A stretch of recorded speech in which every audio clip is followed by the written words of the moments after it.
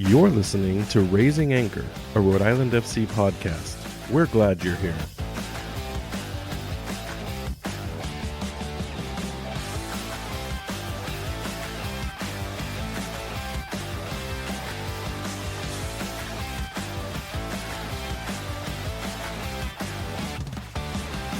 Hello, and welcome to Raising Anchor, your podcast and source for all things Rhode Island FC. I'm your host, Matt Entrican, coming to you on Thursday, February 1st. It's been a different type of week as we don't have a player announcement for the first time in what feels like over 10 weeks, but we've got a lot of technical information to bring to listeners to get them up to date and take a sneak peek at what the club has been working on in preparation for the inaugural match just 42 days away. Plus, we just might have some scrimmage information about a certain club in Connecticut to share. To do that and much more, with me always is Jason Carey. Jason, how's it going? I'm doing all right, buddy. I'm a little conflicted here, though.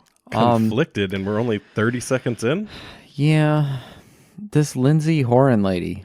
I mean, I think she's right, but I don't know. She's saying I'm dumb and I don't know the game. The game of what, life? The game of soccer? The game of soccer. You didn't see? She's calling us out.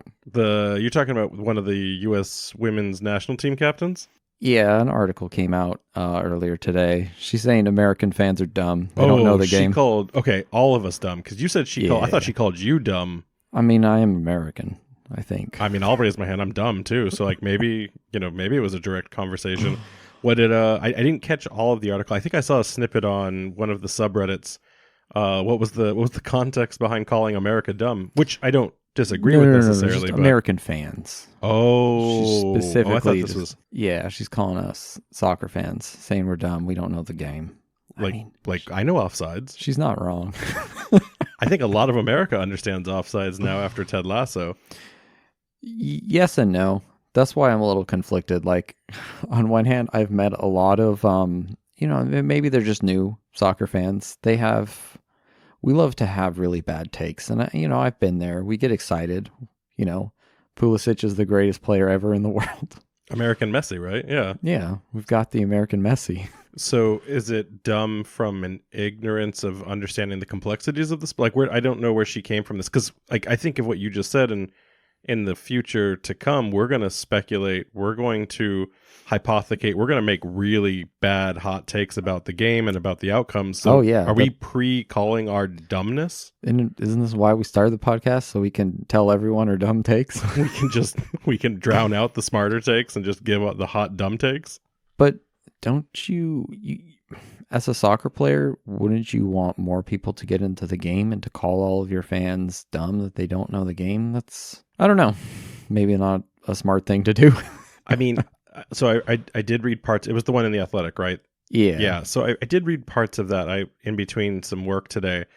And I think, and it will never translate well, especially in non-broadcast journalism. Like if it went to paper or to print, the context and the inflection of how she probably said it just did not get captured, I bet, no matter how great the reporting was. But I will say, I've seen this not necessarily in the women's game, but I've seen it in all levels of soccer in this country where, unfortunately, the pundits in positions to influence typically can start transforming, for good or for bad, the narrative of the game. I remember during the Women's World Cup, you can feel how you wanted about their exit or their performance overall, but then Carly Lloyd and Alexi Lawless went on, and suddenly they became these super critics of the performance. They were very harsh and maybe less analytical. I don't say that they're wrong because the women didn't win; they didn't take home the hardware, but I do find it really interesting that sometimes we acclimate or even gravitate towards one person's opinion. Like what Taylor Twellman says, it matters. And I'll even go further. When we were talking about the Derby last week, there's a lot of right and wrong on both sides about the supporters group and what they want to weigh in on and what the fans should naturally make it become. But I said this cautiously either on the Discord or maybe even on Twitter. I don't remember. But if the likes of Devin Kerr starts using a name, there's a 90% chance that becomes the name and overrides any organic soccer want from the community, because that's the power that those types of individuals have. And for those of you like, who's Devin Kerr? I sometimes have to remember our fans haven't maybe watched a game yet. Devin Kerr is the Taylor Twellman of the USL, and I highly encourage you follow him on all of his social media. He has a weekly show. He does some of the bigger broadcasts. He's a really great guy. But if he decides all of a sudden that he wanted, the Clambake Cup, it could really become the Clambake Cup. So I don't disagree with that take, and I think that Americans probably need to do a little bit more education, and also too, like, think about it this way. Like, look at the pro rel conversation that we continue to have. Here, we're not even willing to understand the dynamics at a general level of what that could truly mean for communities in those secondary and tertiary markets, because we're not willing to open up and learn what the sport is and what it can become. Instead, we take what we already know, which is, the NFL, MLB, and like, well, why can't we just make our sport work and behave like that? So in a lot of ways, I don't think she was wrong. But to your point, I'm sure there's going to be some nasty ramifications and some consequences that come from those statements. Because she plays in France, doesn't she? She's like one of the few Americans that don't play in the NSWL or NWSL. Admittedly, I haven't followed her career. I think she was at Portland Thorns at some point, but maybe she's not there anymore. And that's actually a good point to bring up. I think we may have mentioned it, but the part of the reason why, they were kind of shocked that the U.S. didn't do so well this time, but it's because a lot of our fans and probably some of our pundits and people in places of power who like mouthpieces of U.S. soccer, I don't think they're always paying a lot of attention to what's going else around the world. Like, this is a global game. So the women's game in Europe has been growing for quite some time now, and they're getting really good. So all of a sudden, maybe the U.S. is not as strong as we used to be. In the similar sense, a lot of these people, they don't realize what's going on everywhere else. Just like you had mentioned, they don't know what a full promotion relegation system entails and how beneficial and exciting that can be. I was about to make a really funny joke about how that's the way. I guess I could still use it. That is soccer in a nutshell, right? Like, there are no dynasty teams, there are no dynasty nations in terms of continuous championships, right? Like, they come and go, they ebb and flow. And I was going to make a Bayern Munich joke, but like, even they, for some reason this year, like, Harry Kane goes and joins, and like, suddenly they may not. They probably will fix it by the end of the season, but it's not like as for sure as it may have been. And even last year, they almost lost it to Leverkusen? No, that's who they're losing it to. Dortmund. Dortmund almost. I think if Dortmund would have just won their last game, they would have won. Right. So dynasties aren't built to last, and it would have probably been very egotistical for America to think that they would continue to win an additional like 5 down the road.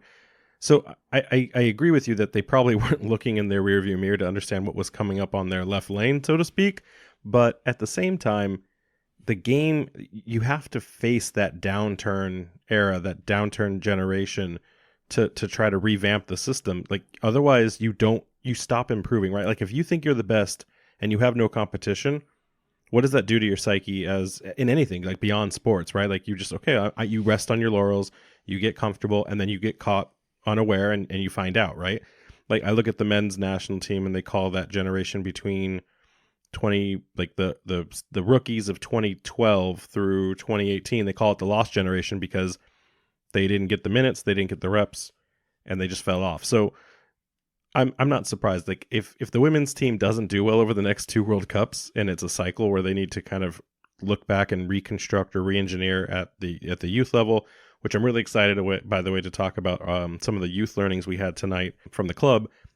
Those things don't shock me. I wonder if they'll have to start, if more U.S. women's soccer players will have to start thinking about going abroad to get the better competition to make sure that they up their level, Yeah, it'll also depend on the interleague too, right? Like, what is its evolution? I know they've been fighting hard for player rights, for equity, and markets where they can continue to grow the brand, but what does that mean for talent? Like, it's not something I follow enough to be dangerous on, but you're right. Like, it is is a period of monitoring and watching as we continue down the decade of what is the most important soccer in this country's history. So didn't expect to talk you. I think we always joke that it's not an MLS podcast. Definitely didn't pull out the hashtag not a USSF podcast, but yeah, no, that's a really good point about that article. You know, we like to dabble in all things soccer, but let's shift it over to some more RAFC news here. What do we got up here? Kind of just to hit some quick points. We did learn a little bit more about the Nesson deal. The club is in final, I don't want to say negotiations because it's not like it's something either side can back out of, but it's more just establishing the ground rules of what to expect this season for fans and for participants. But we did learn a couple of really interesting things about it. So one, when we announced on the last episode about the schedule broadcast and how that lines up against MLS priority and some of the other kind of things that may make it a more interesting choice for fans to use their time of where to attend public, or live sporting events. We learned that maybe a little bit of that influence where we thought it was the league or it was Bryant, it actually might be coming more directly from Nesson itself. There is some conversation and some noise that as we've tried to understand how the games will take prioritization on both their main channel for distribution and as well as their plus streaming service, it's obviously kind of like a choose your own path. But especially though for those main TV rights, they had to be really selective on where it didn't compete with the other sports that are already on the network, right? So how do you avoid baseball games? How do you avoid hockey games? If you think about the sports that run congruent, football is actually the easiest one to avoid because they're basically opposite cycles, right? You don't really see them again until September. But NFL is like the one sport you don't see on Nesson because of the way its contract deals work with other like larger providers. So we are very much in the range of broadcast competition with those other sports. And so a lot of this was strategic to make sure that Rhode Island FC got its prioritization to be shown in those places that we've talked about on other episodes about seeing it in bars, seeing it in homes on cable sets, So hearing that, and it wasn't every game. I want to make sure we don't go like, oh, so I have to attend a bunch of 7:00 games because of that. And now that I've heard that, I really will be wanting to see how that shows up for the actual, like when we turn on the station, will we see a Rhode Island FC game? And, that'll be hard to also test because we'll probably be at the events. So more to come on that, but that was definitely one of the big drivers. And then the other thing that is making it challenging and why we haven't seen additional details out is the club is ready to finalize all of their agreements with Nesson, but the problem is the league. The league still hasn't announced this other vendor that's going to quote unquote distribute the other 300 games, and there's some complications there because without understanding what broadcasts they have rights to, what they might not. So, for example, with the public televised games on CBS Prime, we know the playoffs. We are assuming it's the games that are highlighted, like the derbies, maybe a Phoenix Rising game or the game against Birmingham Legion for coach. But we don't know anything. And until then, Nesson has to figure out which ones they're contracted and permission to do versus which ones they would be required. So they can't finalize and put pen to paper on anything until they know the USL deal, which is problematic for fans because they want to start making sure that they have subscriptions ready to go. So I think a lot of dominoes are going to fall into place over the next 2 to 3 weeks as we get really dangerously close to the first game. But that's what's holding it up right now. Is it's this contract obligation from the league on where we'll see the new vendor. It's crazy to think how close we are to the season and they don't have this all locked down. That's madness. Well, I mean, too, if you think about it this way, I don't know many clubs that have to deal with this problem, right? Like, not many clubs have, unless it's publicly funded NPR-esque or public station broadcast support. Every other club, for the most part, is relying on CBS, Golazo, and this to-be-named other partner, right? So it's really hard. Like, we've made our own problem in a good way with having this additional partner being thrown into the broadcast mix. And we'll have to understand if this hurts or helps. I think it will help no matter what. People are saying that, that $29.99 is a expensive price tag. We just don't know enough yet to make a final decision. But any eyes on the club right now in year one are more important than whatever it would take away, in my opinion. Yeah, I know there are other regional sports channels. I wonder if any other clubs in the USL have any history of doing this or have any actual current contracts to distribute some of their games on those like local channels. Well, if the league owns the main rights, it must be just a nightmare to work through those requirements, right? Because we saw that with MLS, where every other club, Revolution used to have Nessun as a partnership at a much prior date. They all had these different programmings, and MLS couldn't get their hands on a centralized piece until they said, "Hey, all of your contracts end on this date." And then, of course, the rest is history by going to Apple. Whether you love it or hate it, that's what's happened and transformed that league. So the Apple deal is nice in terms of allowing all the games just in one place, but I don't know. Sometimes people do enjoy some of these the regional vendors. They occasionally will like take more interest in your actual team. Sometimes the local broadcasts are a little more interested, a little more knowledgeable about the team, like the history and whatnot, as opposed to that, that one guy who's very general and has knowledge of the league, but maybe not so much of the intricacies of your own team and region. When you get a local broadcaster who cares, who can give you the color commentary and the play-by-play, and they really know the players, they don't have to practice a memorization of sheet of how to pronounce their names before the broadcast. That's when you've got something a lot more important than the insert Taylor Twellman. I don't know why I'm picking on him tonight. He's not like, he's a perfectly fine person, but insert that person who's got just enough to speak to the club, speak to the history, speak to the rivalry, whatever, but doesn't know the new starting right back. And it's just those kinds of things. So, but we have a ton more things. And can I just say, I know I said it in the intro, it's really weird to not have players to talk about. We have built so much of the identity over the last, 10 to 12 episodes around player signings, player rumors, player speculations.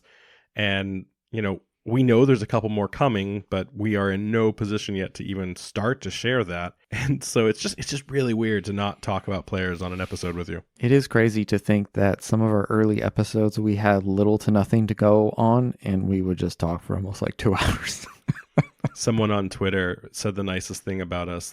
Someone was asking, like, what soccer podcast should I be listening to? And this person said, these two dudes are talking about a team. They've been talking about a team for 7 months, 8 months, and they haven't even played a game yet. And they're putting out content every week. Like, there are other podcasts, there are other groups that don't even do that when they have like a double header in a week. So I thought that was really nice. Big shout out to that fan. Appreciated it. Yeah, always appreciate hearing people enjoying it. So we got some more news here. If you've been living under a rock and don't check emails, like typical U.S. soccer fans. I think I have. Don't laugh at me. The podcast email, squeaky clean. My personal, 20,000 unread. Oh my God. It's a problem. It would take me a week to clean out. I have that OCD where I have to clear them out. If I'm not going to read it or something, just delete it. Back to tickets though. So early purchase links have been made available to both season ticket members and friends and family ahead of the general public. Tickets have already been downloaded to your SeatGeek accounts, so you should probably log in, make sure you have those loaded in. If Wait, not, like they're already loaded? Like we can log in and... Locked and loaded, buddy. I did check. I didn't realize we were section Q, and it sounds really bad, but that was where I wanted to sit. So like, I've always judged, you go to an event like, oh man, I'm in the back half of the alphabet there. I don't feel bad, but I didn't expect. So for anyone who wants to track us down when we get there, we're Q boys. Have you seen that YouTube video of Captain Picard singing "All I Want for Christmas Is Q"? Yes, I have. It's fantastic. Classic. But yes, you should log in, double check, make sure those are loaded. If not, reach out to the appropriate channels so you can get that taken care of. General public tickets will be going on sale within the next week. And from what the club has said, and from what we keep telling you guys, there's not a lot of tickets available. And this is not just the big games. It's like all of them. So, you should get on that if you have not already. The club has hinted the best way at this time is to secure tickets. Still remains a flex plan. Yeah, so by the time general public comes up, and from what we've heard, There's going to be like 2 left. Yeah, I don't know about 2. I've been waiting for them to hit the sellout like button, so then because I know that they just want to scream as loud as they can that they've accomplished that feat. I know they're close, but I also know that like if push comes to shove and you can't get access to those single tickets, just go buy the 6-game flex. Like we've had a lot of new people on the Discord, a lot of new people in the community reach out and say, hey, I didn't want to miss those big games, and so I'm going to those 2. I'm going to try to make the other 4. I picked what I thought was right. Maybe they give it to friends. Who knows? You know, I know it's difficult to make it to every single game of the year unless you're freaks like us, but it's one of those things that you just don't want to miss out on the big moments. Yeah, and it's better at this point, honestly, to buy them through the club. If you guys haven't tried to buy tickets to like a concert or anything in the last few years, the experience is honestly horrible. You've got so many resellers out there trying to upcharge the crap out of you. So if you're on the fence, I would say just go ahead and do it, or else you're going to pay like, you know, probably hundreds of dollars to try and get like a last minute ticket, you know? Is this how we fund the pod? We sell our extra tickets Ooh. for just enormous amounts of money. There we go. You get the privilege of sitting next to us and paying for our servers for a year. There you go. Oh, so I don't want to get too into the weeds, but we know there will be times where, you know, we have a couple extra tickets, so we will be doing some sort of promotion or giveaway for those times where you guys and gals will be able to secure them. And then we are working with the club to be able to offer some additional events and packages. That is very early, and I'm sure as they listen, you know, the director of ticketing, Brian Kim's like, I haven't talked to you yet. Brian, we'll have a conversation, and I know we're going to be trying to get you on the show real soon so you can give listeners the heads up on like what's really going to be coming through as far as ticketed events and experiences. So look forward to that coming up in the near future. But yeah, really exciting stuff ahead. So last week we sat in on, I mean, didn't sit in, but I mean, I'm sitting. we listened to a Little Bright Louie talk to some youth academy staff and coaching and whatnot, right? It was so weird. We got this invite about the youth academies, all youth soccer programs, any Rhode Island soccer coach that helps at any level at the youth game. We got this invite, and I thought it was a, hey, FYI, this is coming, like put this in the event channel. And so but then I realized I got like the link, and I wrote back to the club. I'm like, am I allowed to be? Because I would have, there's a part of me that's like, I'm just going to show up to this, and we're going to get the, you know, the secret. I was going to do a different name, everything, you know, my name was going to be like Eduardo Mustachio. And anyways, they were like, no, yeah, we gave it to you because we want you there. Like, oh, okay, cool. Real quick too, do you think they purposely schedule it when we usually record? Yeah. And so then I was like, cool, we're in. And then I looked and I was like, oh, this is at the time we hit the mic. So I don't know. That's a really good point, Jason. I wouldn't be surprised. Although I will say, and we'll talk about this a little later, there's some new additions to the staff, and they have been super incredibly kind on working with us to kind of augment what we want to do with the show. So I don't think that is the case, but the convenience is very suspicious, right? never doubt a coincidence, right? So, but yeah, so we were able to sit down and just listen in on this really, really important and informative call, and we had some takeaways. But to set to paint the picture and make it a more complete scene, we noticed that there was a lot of the main organizations represented throughout soccer in Rhode Island that showed up. And then there was, a smattering of other coaches. I don't know those names. And I think one of the things we're going to need to do to elevate our own knowledge of soccer in the state is really get more deep in the weeds with those youth academies, because I'd love to understand more of the movers and the shakers and the players to be. But there were some really important key details that kind of came out of that I know the diehard listeners would love to hear about. So first and foremost, there was a lot of conversation during the meeting about like what will the youth effort look like over this year, over the next few years, and the club was not shy about saying what they needed to say about it. The first thing that they mentioned was that any academy setup, any partnership with the local community when it comes to youth development, would materialize as a 3-year plan. So right now, and I think we've seen this in the roster development and the build, is they are focused first and foremost on competing and showcasing an exciting talent on the field, which is heavily rooted in USL veterans, very few collegiate players. And it looks like to bring those along for the ride, like that's a 3-year minimum plan.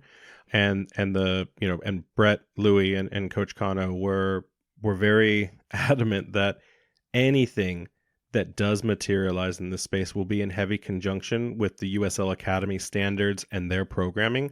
And that's not something that I'm even really familiar with yet. I've heard of that, but I don't know any of the inner workings of the USL Academy. They didn't outright say that they weren't going to have a quote-unquote Rhode Island FC Academy in that call, even though it was kind of asked. That doesn't mean, though, that they are interested in pursuing that. I think, and we've asked, you guys have heard in different interviews that they are intent to support youth, but not if it doesn't make sense for what the club's purposes are. One of the questions that got asked by some of the youth coaches was like, what does the road to collegiate support look like for these players? And the club came out and said, we're developing professionals. We're not developing people that can then get rides or sponsorships to go and go to college. Like, those two things are very, very much separated, right or wrong. Like, it's not the club's responsibility to make sure someone gets an education. It's the club's responsibility to define, develop, and build talent that they can then bring in and offer a substantial professional contract to a player who then could take that and move on somewhere else. So those were kind of really interesting moments that were separating between the youth academy questions and what the club was willing to start coming forward with. Some of our listeners, I imagine, know this because they watch other leagues, but everywhere else in the world, there isn't like this college type of system that we are like really big on here in the US. You have these academies that start developing kids, in 10, 11, 12, sometimes even earlier. And the goal is always for them to go straight into teams, not to go into a college. So when we've talked about in the past some of the differences between MLS is starting to shy away from this, but there was the whatever crazy draft thing they had where they're getting college talent, but USL looks like it's how we got Jackson Lee. Yeah, but it's not as big of a thing.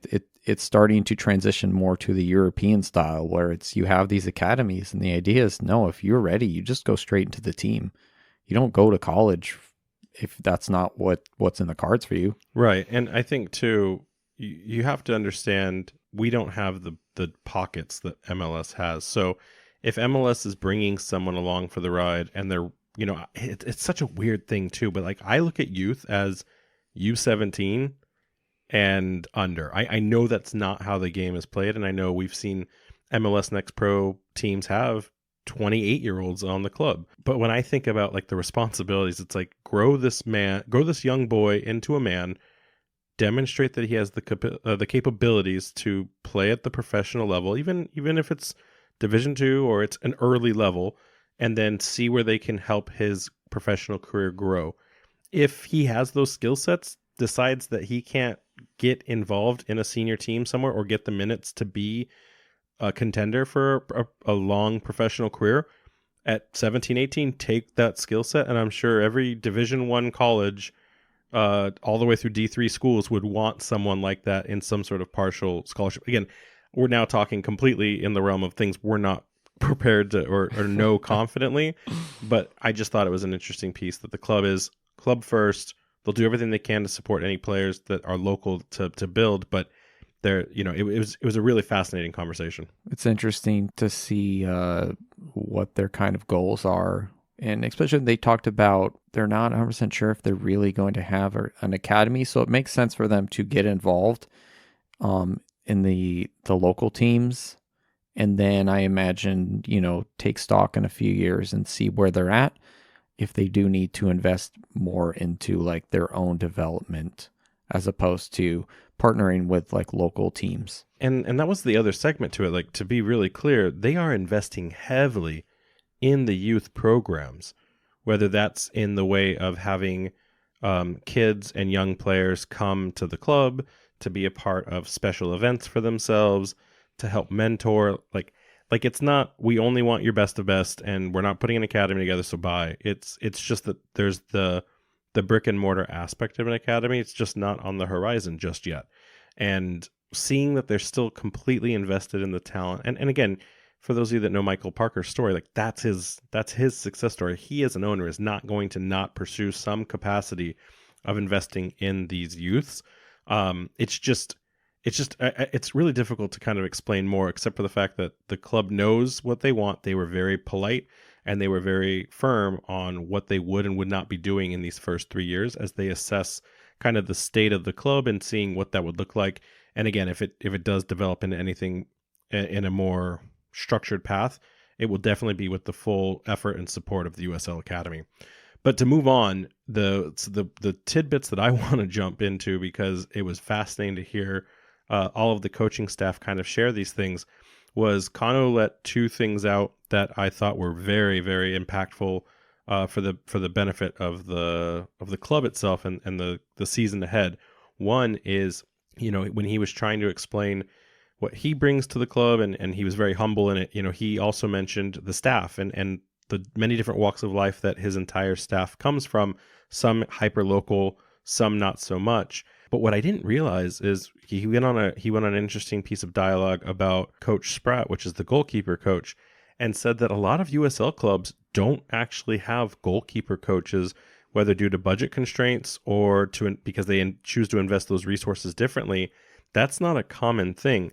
Now, I'm taking Coach at his word here. I've not gone and investigated any of that yet, but the fact that he recognized that was a position, a technical position of need, and he went out and grabbed Philadelphia Union's coach at the time for that. Like, I think that's fantastic. I didn't realize that we're setting ourselves up for a higher level of excellence by having that kind of member on the team. On top of that, they go out and get one of USL's best goalkeepers.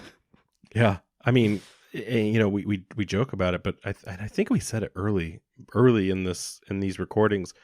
But Andre Blake is one of the top 3 goalkeepers in the MLS, and if Spratt had anything to do with that man's development in any way, shape, or form, like I keep saying this like a broken record. I'll continue to say it, but we just continue and have always made these just incredible pickup moves. But then on top of that pickup, the other thing that I thought was really a great piece of information to drop was that Coach has hired a video analyst, and we've heard in every league that one of the most important things is analytics. Sporting analytics and performance analytics are what make or break how a club shapes themselves and how they prepare for the next opponent. The best clubs have the best analytics, and the clubs that don't do so well, it's not just because they have poor talent on the field. It's because they don't have depth in their analytics divisions. And so, I remember when we talked to John Morrissey from the USL show, USL Tactics, depending on how you like to associate him, he had mentioned he had been doing analytic work as an intern for some of these clubs that couldn't afford them. And, we said, like, why aren't you doing this as like a full-time thing? And, he had said at the time he enjoyed what he was doing more. But if there are clubs out there that can only afford to do it at an intern level, and we've gone and hired, and I think we took one from either another club, or we really went out and did, the due diligence on picking up a really good professional for this. I can't imagine how that positions us from a performance perspective, not just against like our Eastern rivals, but just in the league itself. Like, how is that not a standard amongst clubs at this point in this technology and day and age? Part of it might be, we've talked about it in the past, but there are some USL owners who are maybe just in quick cash grabs kind of situation where the ownership of RFC really seems like they're setting this team up to be the gold standard and like to hit the ground running and be excellent in like every category, as opposed to just saying, well, here's a market that people probably will watch our soccer team and will, buy a few flashy players and then just milk that for, hopefully sell some jerseys and make some money, and then maybe sell it in, 5 or 10 years for twice as much as we put into it.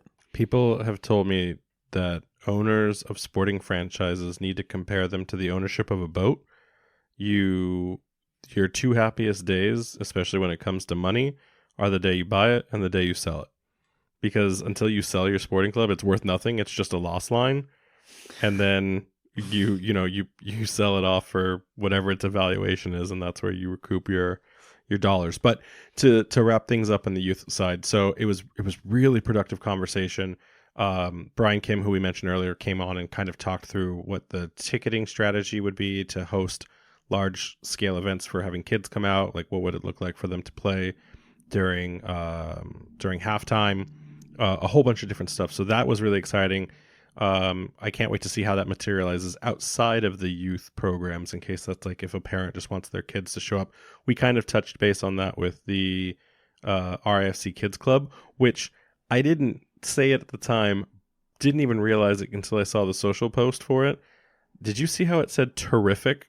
And it's like Terry RIFC. That's the greatest association for this club ever. That. Loved it. It was fantastic. So they were really excited about how kids would be able to participate in the programs. There was a lot of conversation about mentorship and shadowing, which the club was aligned to, and they definitely wanted to help support, to help build confidence, build awareness, build soccer IQ and acumen at that level. And then they asked some really interesting questions that I guess I just didn't understand, are how things work at a club, specifically around exclusive events, like fundraising events, dinner events, party events, where, again, the winning club of insert divisional level of youth soccer in Rhode Island gets to have a sit down dinner with 5 of the players, or the entire club comes out for an important fundraising campaign to fund soccer at the youth level for the next 12 months. So those were things that they asked because they've done those with other clubs in New England, and the club was very open to taking that feedback and seeing what they could make happen. So all in all, I think it was a highly productive conversation. It seems like the coaches of the area are really excited about what RFC is going to bring on board. And I think it's really going to be one of those slow plays where we learn and watch what happens over the next 3 years to understand what materializes in year 1, years 2, and then, of course, years 3. So really excited to see what happens from there. But we got to move on. We've got so much more to cover. And I thought this was going to be a fast podcast today. So we got to talk about these jobs. Jobs come and jobs go. Did you know that? Really? They just, that's what it is. So I want to start off because we didn't cover it, but then I got asked by someone and I figured we may as well just address it. So there was and I will never say their name ever again, but there was a hit piece from your favorite shoddy journalism around the corner on the club, and it wasn't related to the stadium, but it was related to the fact that Chief Financial Officer Vicky Lynch had departed the club. And the article went on to spin a bunch of doom and gloom that if Vicky was leaving, it must be, that the ship is sinking and that everyone needs to abandon ship. And I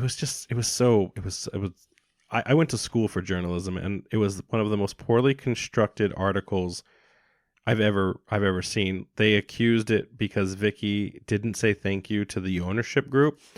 But when you look in the post, she literally lists every executive and operations and technical member of the entire staff. So she thanked like 13 people, but she didn't thank 2 owners. And it's like, you really don't think Vicky Lynch thanked Brett Johnson and Michael Parkhurst and all of the other owners that you don't know about? You really think that didn't happen before this decision was announced? It's like, come on. So it was really bad, really, really bad journalism. But what we can tell you is that we know that she moved to a different opportunity, and we weren't worried about it at the time because it wasn't really a problem for the club. The club has, when you think about what that person's responsibility was at the build-up or the starting stages, Vicky got 95%. I would say maybe 90% if I had to be super cynical. Vicky got 90% of the roles and responsibilities that she needed to get done across the finish line, right? The only one that's left, and we don't know that it's not done. We just know it hasn't been announced. But the only major partner left that has to really have a significant impact on the dollars coming into the organization is the Tidewater Landing sponsor, right? Like, what's going to be the naming rights for the stadium, because that's probably some of the largest dollars that come in for the club. After that, everything at this point, at least from a checks and balances and keeping the books in the black, that's all going to come from ticket sales. That's all going to come from the merch sales. That's all going to come from the day of event experience sales, right? That's I mean, Vicky would have overseen that had she remained, but those are other people that are being set up in the organization to deliver on that excellence. So it's don't get me wrong, they're going to have to hire another person because it's important that you have that. But this idea that like Vicky has left and we all need to wake up, it's ridiculous. And I'll even say, and it's a shame because I don't even think you've heard it yet, but one of our pre-recorded interviews for the holidays was actually Vicky, and she was talking about the signing of Breeze as the sponsor of choice for the club, for the kits, and we had an hour long conversation about her roles and responsibilities and what she had done for the club already. But what I didn't know is she has been living soccer, specifically U.S. soccer, since like 1995. Like she's had conversations with Sir Alex Ferguson. I mean, like that's how entrenched Vicky was in the sport of soccer. So I always knew she was a good pickup for the club. I didn't realize the magnitude of that pickup. And so wherever Vicky is landing next, it's going to be amplified, because if she was already in this position here, whatever she's found, like, we wish her nothing but success and all the best in wherever she's landed. But by no means was it her running away from a job in Rhode Island. Like, that's just ridiculous. Yeah, I actually saw that article, and I saw who posted it. I'm like, I'm not even going to open this link. I'm not going to give them the 5 cents ad revenue or whatever they get, because I know it's just going to be trash. I have to though. I have to know what my enemy is saying. I have to understand what they're trying to attempt, so that if someone comes to me, I'm not speaking from a position of, misinformation or ignorance. So you're a better. I'm gonna make you read those. I'm gonna trick you with like, oh, check out this new. I'm just gonna use some sort of some proxy or something to say I'm in some country where they don't get ad revenue, so it doesn't work for them. So with one person leaving, there is someone also quiet, silent pickup for the club, and he's probably gonna ream us for this. I bet you he doesn't want to be in the spotlight at all. But the club also hired a communications director. Previously, there was a consulting group that had been working through a lot of the requests and requirements, but they weren't going to be on. They weren't going to be able to sustain once the club actually started its regular season. So the club did what the club does best and made an incredible hire in picking up Thomas Coughlin. And if you see his name, don't call him Coughlin. That was the first conversation we had, But Thomas Coughlin actually comes from the San Diego Loyal, where he was the communications director for that club. So I think that's a really great pickup. One, we now have someone who has a ton of experience in the league. I think when you think marketing, there was no one better than the Loyal when it comes to communications and approaches on how to kind of elevate the club's presence within and without or outside of the league. And then on top of that, it's just kind of a nice story, because you were talking early on when we were saying goodbye to that club. One of the first things you continued to call out was, I wonder what this will do to impact the family or the support staff of the club. We have Koke, we have Grant, but we have additional Loyal family joining now. And there's a lot of Loyal people following us, by the way. They've kind of like attached as surrogates. Like, we're living on in Rhode Island FC, and that's been a treat actually to enjoy so far. So this is just a really, really great signing. It's great to see that a lot of the people from that club have found positions elsewhere in the league. Like we mentioned, no one wants to see a club fold. One of the worst parts is that a lot of people behind the scenes, also lost their job. Speaking of other jobs, and this is just to kind of wrap up the segment here, but I was just doing some research for something completely unrelated, and I ended up seeing Rhode Island FC posted a bunch of jobs, like a bunch of jobs. Everything from staff accountant to merchandise manager roles on rhodeislandfc.com. But then they have these other ones. They have a partnership management role, which is it looks like a corporate VIP account rep. They have a graphic design request. They have digital media manager. They have street team roles open again. I know that they've been looking at bringing on some interns for the year, like operationally. So if you're looking for a job and you have those skill sets and you want to be a part of something really great, they did a video today with one of the orthopedic guys, and he's like, yeah, I'm like the head physician for the club, but I'm also one of the biggest fans. Those are really cool stories. So check those out. And then, but here's the fun one. I was doing some research on the league, and I went to their careers page because I was looking for communication director roles just to try to start building some bridges for future press requests in other teams. I saw their career page. They have a position in the league called Match Observer, and specifically dedicated to all Rhode Island FC games. It's like $100 per diem payment. So you go to the game, and I thought it was just like, wow, I'm going to get paid to watch Rhode Island FC. Like, I'm already going to be there. Like, pay me, let's do this. And then I read through the job description, and it's almost like it's a compliance officer or like an auditor of not just the performance of the team, but are they in compliance with the laws and regulations of the league? Like, was it done in a safe operation perspective? Were there any complaints? Were there any injuries inside or outside the club? So it looks like it's a little bit more technical for the quote unquote 90 minutes. Maybe it's probably like plus or minus an hour that you have to be there. So it may take some of the joy out of watching soccer, but I saw that job and it's like, oh, people all the time say like, how do I get paid to, be involved in the sport? Well, go be a match observer for Rhode Island FC and apply it at uslchampionship.com. Yeah, I looked at that one too. And so yeah, that $100 is like a stipend to, I don't know, buy a bunch of hot wieners all the way. And there's an actual salary associated with the job too. Are you sure? I didn't see that. That's, I mean, the internet can be wrong, but a little bit of Googling and that's what I found. Yeah, that doesn't sound that. For one day a week and maybe some meetings in between. I don't know that that's like a full-time salary, but that's tantalizing to say the least. But then to be that guy and be like, this field is 2 centimeters too short. I'm going to report this to the USL. You laugh, but that's exactly what happened to OKC Energy. Oh no, I know it's their field was too short, and they couldn't play anymore on the regulation size USL requirement, and that's quote unquote why they're not in the league right now. That's funny.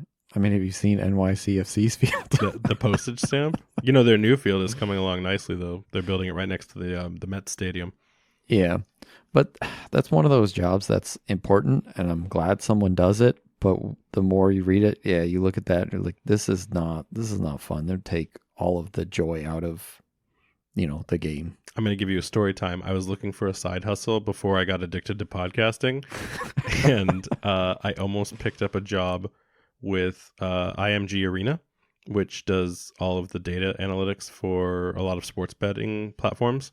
And I actually got the job with the Revolution to sit there and watch games where you just push certain buttons on this dumbed down iPad, and like who has possession, was there a credit, like was there a final third pass, was there just a normal pass, was there a shot, like was it an XG shot, like that kind of stuff. And I did all the training completely for free. And then I had a handler. The whole company's based in Switzerland because that's where you go to evade tax. It's perfect for sports betting. And every one of my handlers was just this broken English. And then it went from avoiding phone calls because of the time zone to emails. All of the emails were misspelled. And we got to this point where like they wanted my social security number. And I kept calling them because I wanted to confirm something. And even their website was so poorly built that everything felt like a scam. And I said, unless you deliver my iPad and my credentials first so that I know that I'm not going to be, like, my entire life is going to be stolen, I'm not giving you this stuff. And they said, well, we can't pay you for the training you took as well as set you up to be, your per diem for the games until then. And I said, again, you're not calling me. I don't even know who my immediate supervisor would be. I want contact. I want human connection here. And they said, so are you going to do this or not? And I ghosted him. I could have been the best analytics person for 3 years running if I just stuck to it. Hopefully that didn't screw them over because I don't know how many people they actually hired for that. I feel like you only need one, maybe two in case, like, for redundancy purposes. But we were deep in, like we were like 2 weeks away from the season starting for the Revs. And I didn't do it. So fun story time there. So what you're saying is all of the like the data keeping for sports is just like unpaid interns where they steal your identity? So first of all, I was going to get paid, I think. Second of all, yes. Yeah, I don't know. I'm sure there's a little bit more complexity. I'm sure, because I'm sure someone can sit there from a TV screen somewhere centrally and do it.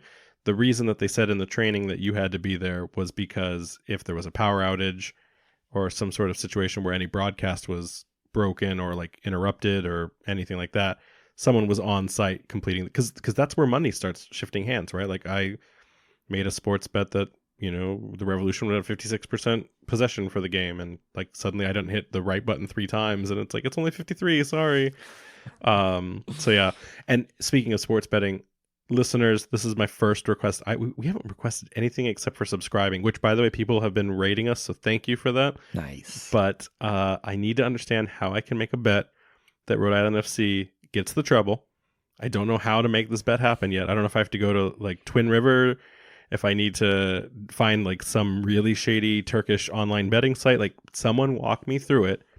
Teach me how I can make a bet, even if it needs to be in like cryptocurrency. Like, you let me know. I need to figure out how to bet on Rhode Island FC for the year, because so far no one has been helping me whatsoever in that world. So please educate me. Drop any helpful links or information our way so we can step into that space, because I always put money back in the day on my favorite teams, and only Man City has ever paid out. I have not picked a winner in a very long time. I mean, that's kind of an easy bet usually, at least in the last 10 years or so. Back to this jobs real quick. Outside of being like an owner, if you could have a job within a club, what would you want to be? Man, this is like the do you want to work in the sausage factory and then learn how the sausage gets made kind of thing. Listen, okay, if I could own, I would only do this. I wouldn't. Maybe I would do communications. So like, Thomas, do you need an assistant? But see, like, even then, like, I appreciate the independence I have from this team, and I appreciate the ability to bring objective and unobjective content whenever I want. I don't know. Like, I don't think I could broadcast, but I wouldn't mind being like the commentary person or the personality, I guess. But I don't think I could do anything beyond that. First of all, I don't have the qualifications to do anything beyond what I'm doing now. And some people would argue this isn't even qualifying either. But yeah, I don't know. That's a great question. Yeah, would you? What would you do? You'd be the kit man, right? No. You just talk strategy. You like lean in on Kano and be like, hey, I think Alves needs to play a little more wide. I don't have enough knowledge and whatnot from the game to, I think, be on that side. I think it might be interesting to, I don't know all of the like details of what, a quote unquote soccer operations would be, but like to be able to have your kind of hands in all the facets of the way the club is run and know that you have a bunch of specialized people who you can kind of help like run the club in a specific way. I think that could be kind of fun. So what you're saying is Paul Byrne needs to find you an operations role when we get to Tidewater. Paul, let us know. We're interviewing. I don't think I'm qualified at all, but that would just be, fun to be part of a soccer team in the day to day and be in a position of power where you can have those people, like I said, who you find all the right people around you to make sure, because you don't know what you're doing. And then you just have them help you guide the club in the direction that, you and everyone else wants. If you could afford it, but you had to restart, right? So like if Paul got you a job as like ticketing sales turnstile manager, right? So you were responsible for all the entrance and exit of the stadium and like making sure ticket systems worked, and that got you a foot in the door, would you reset your career and do that? I don't know. Paul's listening. He's very curious with this answer right now. I guess I would have to do some more research into what some of the day-to-day and what... Paul's not looking for a fence sitter here. He wants an active decision. Are you going to do this or not? I don't know. Forever sitting on that fence. Paul, don't judge him too hardly. It's a nice fence. Harshly. It's comfortable. Yeah, listen, I would, the answer to your question, if it didn't take away from my ability to do this podcast, I would definitely pursue it or look into something. But if it got in the way from like a conflict of interest perspective, then I enjoy this too much, and how we're going to balance this with our fandom, keeping, because that's we've talked about that, right? Is how do we move forward as professionals, as press, as media first, but then still enjoy being, fans, like that head physician for the club earlier. How do we commingle our love and our responsibility that we've set out to do? So I think it's time. I think people don't want to hear about what we'd like to do for this club. I think they want to hear about certain scrimmage results. It's not what your club can do for you. It's what you can do for your club. So let's talk about the big one, right? The most important one that they want to hear about. So according to a Defiance 1636 interaction with a local Bryant student, RIFC played a scrimmage against the men's team, and they beat the Bulldogs with goals coming from Fuson, Amos, and JJ. So they went three. I mean, it didn't say how many each of them scored, but I'm assuming at least 3. maybe some of them were own goals. I don't know. Like JJ William just stopped and said, "No, you scored this on yourself right now." Accidents happen, I heard a little bit more about this in details, and the Bryant team just said that they got bullied off of the pitch, which is not to say that they played poorly, but that's the level of difference between professional and collegiate. And I said this in the Twitter, which is why the score doesn't really matter. These are moments in time where there is nothing on the line. They are going to prioritize their health above all. This is about gelling and creating match fitness and player awareness to the vision that coach is instructing on the team. We have no idea what these rosters compile. Just because we know who scored goals does not mean we understand. Like, for all we know, Amos could have been playing center back, and it was just, an amazing free kick. Yeah, the important part he is... didn't play center back, just for the record. The important part is to get minutes out there with your team, right? So that you understand, the guy to the left and the right of you, or whatever direction, depending on where you're on the field, where it is that they're going to be positionally and where they want to be, so that you can make the right passes, and then also defensively to make sure that you're either covering them or they're covering you. Yeah. And I'm sure that they're going to play many more games against Bryant, since they're literally living in their studio. Well, not rent-free, but they're living in their space, sleeping on their couch, doing all their things and stuff. So these are always fun things to hear, but again, it's preseason, everyone. And I almost have to say that to preface for this other one, because that's what everyone has been asking us online. I've gotten more messages about, do you know the score? Do you know what happened?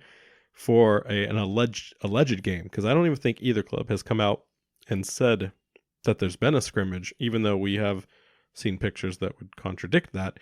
But there may or may have not been a game against one Hartford Athletic, our friends to the east, or friends to the west, I should say. And by the way, speaking of, I'm going to jump real fast on something. They call us that team in the east now. That's their decided moniker for us. We need to get tougher than that. This is leading up to a real rivalry. We can do better than that. So I don't know what they want to call us. I mean, if they want to stick to that team to the east, that's their prerogative. But we need to do something better. So I'm going to call them that less than the best in the West. That's what I'm going to call them, at least for the time being, until I can think of something more clever. But so again, neither team has confirmed. We've thrown some sources out there. Not all Rhode Island FC sources, by the way. In fact, full credit for this, we didn't even know the scrimmage was taking place. If it hadn't been for a super fan from the supporter group of Hartford Athletic leaking that there was this potential game coming down, now yesterday, our assumption this entire time was that we knew that Hartford was heading to Florida, to the same city that Rhode Island FC was going to be in, and there was that TBD game between Orlando City and the Revs. We checked the Hartford Athletic schedule; they didn't have anything listed, so we assumed, like, okay, this is that game, right? You're completely out of a different state, different area code. It doesn't matter; it doesn't count. And we still, maybe they're doing a round 2. Don't know. I like the narrative more that it's Revolution senior team, but I don't think that's happening either. So they ended up playing a game because we had this working knowledge. We reached out and there was some grumblings about maybe that was or wasn't happening. And then lo and behold, they go and have this game. So that is how we have to preface this entire thing. It's in the spirit of, allegedly, read between the lines. We'll share here what we can. And what we know is this. We know that they traveled to the Hartford Athletic Indoor Facility at the Day Hill Dome in Windsor, Connecticut, which we saw in the photos if you had paid attention to when they had announced and unveiled the Hartford's facility. Like that, those are very distinct colors that you see in the background. And so we also know this. We know that both teams played two 45-minute sessions. And in those 45-minute sessions, we know that they fielded completely different mixed lineups for both sessions. So no player that played in the first half played in the second half. And then most importantly, for the people that are looking for this answer, we know that Rhode Island FC won both of the sessions and won, like, if you want to call it, the entire game. It's difficult to say they won the game when, again, this doesn't matter, fans. This doesn't matter, listeners. But if you need to hear something, they came out as the winners of both of those groups. Now, what we do know is that Hartford actually was much more dangerous in the first half. They were in control of the game. They were looking better on the pitch. It was just the fact that RFC converted the chances they got where Hartford Athletic could not put away their opportunities. So to me, that was really interesting. And allegedly. Again, allegedly. Thank you. Good call. Legally, I have to say allegedly. And then what was the shift in the paradigm is that in the second half, RIFC came out dominating the tempo and the match. And they dominated it so much so that Hartford players, again, allegedly, started to kind of switch their play into a more physical game and started getting a little bit rougher with the Rhode Island FC players, so much so that it actually caused a dust-up between the clubs. So I don't know if it was a fight. I don't know if it was just like one of those, like, put heads to each other and start, like, talking about each other's moms. I don't know the particulars on it. I just know that something caused the teams to have to stop play and deal with some sort of confrontation that happened there, which, doesn't surprise me for clubs that are kind of already being forced into this position of this really strong rivalry. But also it's a friendly, it's a scrimmage. It doesn't count. Nobody really knew what was going on. I'm curious. I would really want to know the backstory of what triggered an event like that. But whatever the reason that has spawned what happened, it's just adding fuel to the fire of what's going to be a very exciting rivalry, an exciting derby. So, again, mixed lineups, we don't know. It wasn't like each coach put out their starting 11 or their best 11.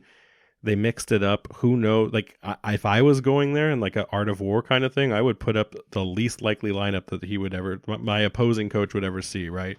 I would put Amos in as a center back. So to me, like, it's again, we've said it. It's about match fitness. It's about the team gelling. It's about them getting those reps in. It's exposing them to actual competition. Like, I don't know how you said this before we even did an episode this year. You didn't care about preseason. Does your mind change at all because now one of the matches was Hartford, or is this just like allegedly? Good call. Allegedly. No, but I'm allegedly glad that it happened, and if there was an actual fight, like, it's good to see that maybe there's some tension in the rivalry. Maybe RAFC players told them there's only 5 states in New England, and that got into their craw, and they just started pushing and shoving. You know what's surprising? All jokes aside, that 2 of their players are former Athletic players. So I would have thought there would be some sort of cordial, and there's people returning to Hartford that are still on that team. You would think that there'd be this gentleman's agreement that, like, hey, let's just go out there, let's see what we each can do. It doesn't matter. So again, and I don't know the severity of that. I'm calling it a dust up. I have no idea. Like, I don't know. This doesn't matter. And I'm glad the clubs didn't really pronounce it. I'm glad that I don't know the scoreline and I don't have to tell you what players scored, because it just doesn't matter. And for anyone that's getting attached or getting really worked up about this conversation right now, check yourself before you wreck yourself, because if you build too much into this, our first game is most likely going to be an Open Cup away match. And if you start counting now before it matters, it's egg on your face at a later date. It doesn't matter, but I think it can be important to set up the rivalry. Is what I'll. You mean like internally from a competition mindset? Yeah, sure. So that when the two teams actually hit the field and it's for real, there's already some experience and, maybe even some bad blood between the two. So we're going to get an exciting match. I think that makes sense. Yeah. I mean, if these clubs are showing up now, I think that's a really good point. And in fact, if I were to have takeaways from the information that's been shared about the alleged scrimmage, is that one, when it was very important that it was told that two completely separate teams fielded each 45 minutes. Rhode Island FC doesn't have 22 players.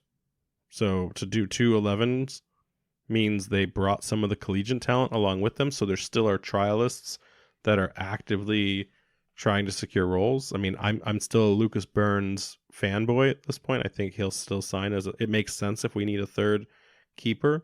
But there were 4 or 5 others that were in the mix. So those people either came along, or there's even other trialists that we don't know about that showed up to help participate in roles of need, right? Because no matter what the formation was, not every role has a backup to it, or coach was playing people out of position. Or coach was playing. There you go. all of the coaches were players at one point, right? Yeah. But maybe to that point, like, that's the information that would matter, right? That's what I want to know. I don't care who scored what.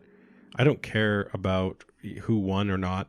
I care about, like, what was the shape of what is coach experimenting with right now, so that we could kind of get a better understanding of what's going on in his head. But we don't know that, which is why it doesn't matter. But I do think it's important. That's the first part. And then I think the other part is to what you said a second ago about, like, player mentality.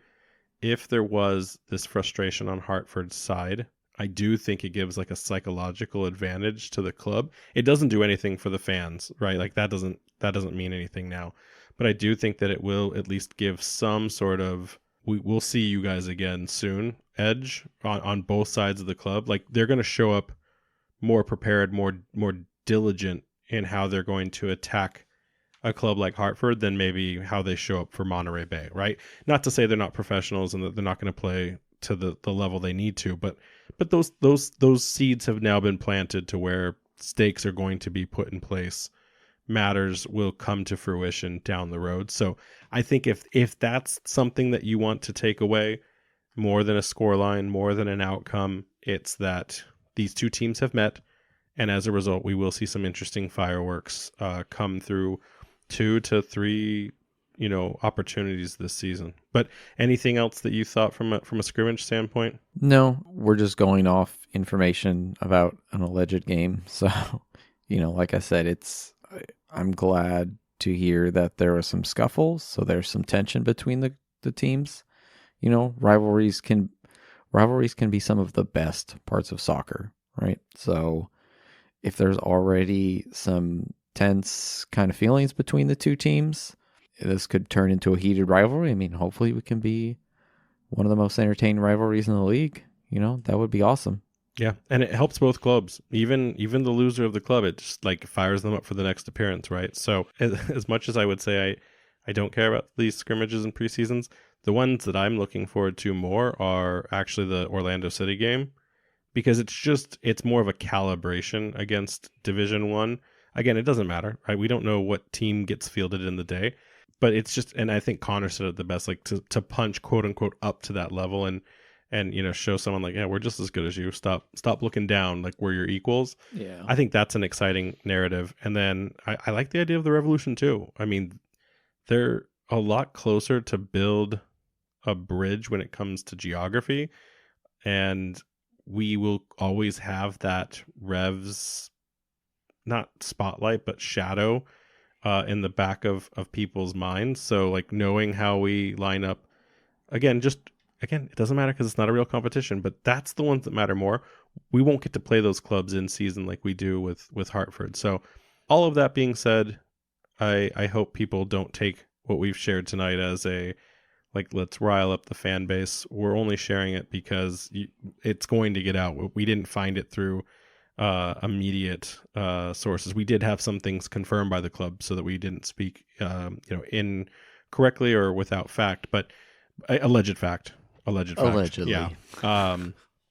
But I'm more excited for the season to start now more than ever, and I think from everything we're hearing about the club, both from their competitors and from the team itself, this project is going into high gear, and it looks like they're doing everything that they need to do to get ready. So we're just really excited for the things to come. Speaking of the things to come, we've got some events. Big one for this week, yeah? Yeah. This Saturday, February 3rd, the club has opened up access to the players to come meet and greet the group before heading out down to Florida. Starting at 12 p.m., fans can come and say hi to the squad, get autographs and pictures with all your favorite players. And I think they're leaving at like 1 o'clock, right? Because they got to catch the flight. Yeah, they're taking the bus to TF Green at 1 for their flight to Florida. Yep, that's correct. So they won't be there for long. Yeah, don't lollygag it. No lollygagging. Make sure you get there on time. And let's see. So the first unofficial fan meetup has been announced for Defiance. It's not just Defiance, though. Okay. Defiance is like hosting it. Okay. So it's hosted by Defiance, but this is open to RAFC fans then in general. It's open to everyone. You may not even be an RAFC fan, and you might be going, and then you're going to become We're going to baptize 1636 member by the end. Like, you thought you were just going there for a drink. You become a supporter group. You're going to get cattle branded.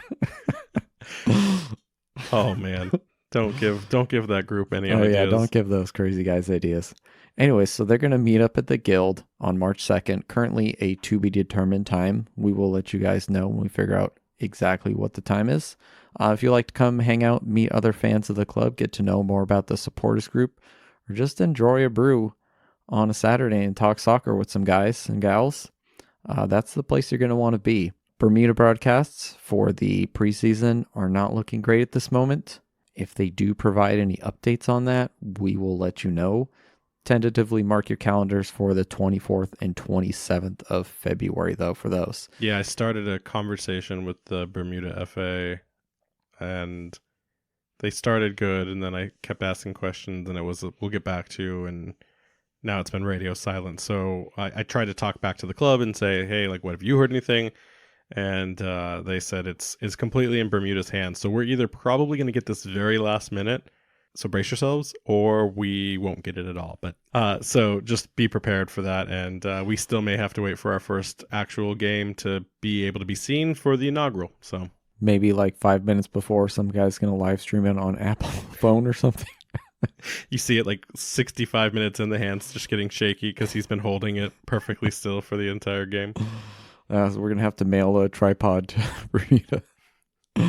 Anyway, and before heading to Bermuda, as a reminder, the clubs are going to be heading to the IMG Academy in Florida to take on MLS side Orlando City SC, as well as the New England Revolution 2.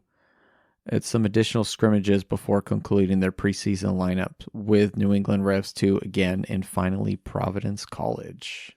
Yeah, so we're hoping to get access to the games when they come back from Bermuda, to just, again, kind of do what we did tonight, talk about how the club showed up, less about the formation, less about the score, because those things don't matter, but just to kind of give people, a sense of the direction that coach is taking the team. So more to come. We're hoping to anticipate access to those. We'll keep everyone posted. And then just something that I want to ask listeners as we start to prepare for real game coverage is, what apps are you using to follow the performance of teams in the USL? We've heard some great ones out there. But I always like to learn and understand any forms of data that come about. So if you've got one that you recommend, feel free to reply in the post that launched the show for this week on social media, or reach out from the website and just leave us a comment there. But anything that will help us give more accurate or better in-depth analysis, because it seems it's a little bit more sparse than, other leagues that get covered from an analytics and data perspective. And if there's one that we have to pay for to get access to, like, that's not outside of our concern. Like, we'll definitely, pursue any path that makes us better forecasters and better broadcasters of the club. So let us know when we'll love you guys even more for that kind of stuff. Yep. And let's wrap this up here with a listener question. Dave here, he says, "Hey guys, great podcast." Oh, thank you, Dave. Been listening every week since the first episode. Have a question on how the refreshment/restroom situation is going to be set up this season at Burns Stadium, given there's going to be a lot more people attending RAFC games than what they usually get for Bryant games. Is it going to be a bunch of food trucks, outhouses outside? And if so, any insight on the vendors who are going to be? Or are they just planning to leave things as is? Yeah, I could take this one. So definitely there is a plan in place. There's a couple of renderings on the site about the Bryant Stadium, if you haven't seen those. And they do kind of show this like open food truck court pavilion area that will be off to the side. For those of you that have never been to Burn, in general, there's really only one restroom set at the stadium currently, which is built into the infrastructure underneath the bleachers, as well as like a snack shack that sits off to the side. I imagine that I don't know if they'll make the facilities available in the gym room that sits behind the goal. But having said that, what we do know so far is that was one of Paul Byrne, who's the general manager of stadium operations. That was one of his major concerns when we last talked to him back in, what was that, October, September? He was very focused on facilities and whatnot for that space. So I would anticipate we're not probably going to bring in any permanent structures, but I think there will probably be a mix of, there will be porta potties, let's get honest. But then there will probably also be like those like luxury porta potty trailers that usually get brought out. I can't imagine that they would under deliver on that. Paul, and I can't wait to have him on the podcast, but Paul has an extensive pedigree in stadium operations. So there's no way like he would miss something like that. But then when it comes to the food services itself, it will be exclusively food truck, or what I'll say food tent.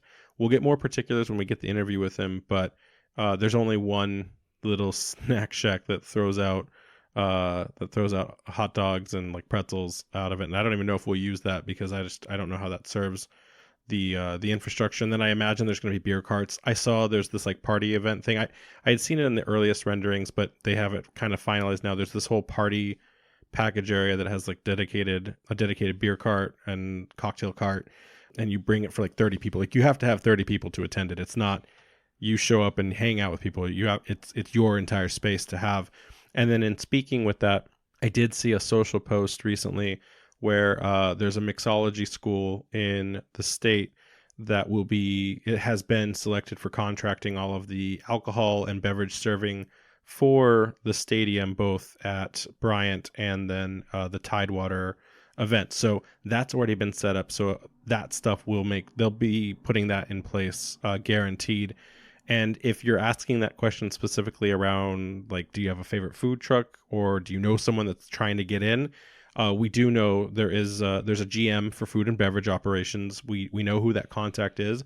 And this goes out for anyone, not just Dave, but if you're looking to get that information, DM us and we'll share those details, those contact details. We don't want to burn that person and get them 65 million emails about why Haven Brothers needs to have a permanent truck location, on site for the games or something like that. So happy to assist where we can, but there will be a lot more to unpack about the stadium. That'll probably be one of the most important interviews we do coming up to the first kickoff, because I know there's a lot, like we still get a lot of tailgate questions, parking questions. So that is all on our radar. We've already talked with the club and made it clear that we'd love to understand that and be able to be a voice for the fans. So more to come on that, but really good question. So, I mean, that's it. There's a couple last things that we gotta housekeep on. I can tell you that if listeners are fans of the Revolution, we'll be jumping on the legendary podcast Revolution Recap here in the near future to share progress on the ever developing RAFC landscape. And then, if you're not already following them, and you like the Revs, I don't know what you're doing. You're missing out.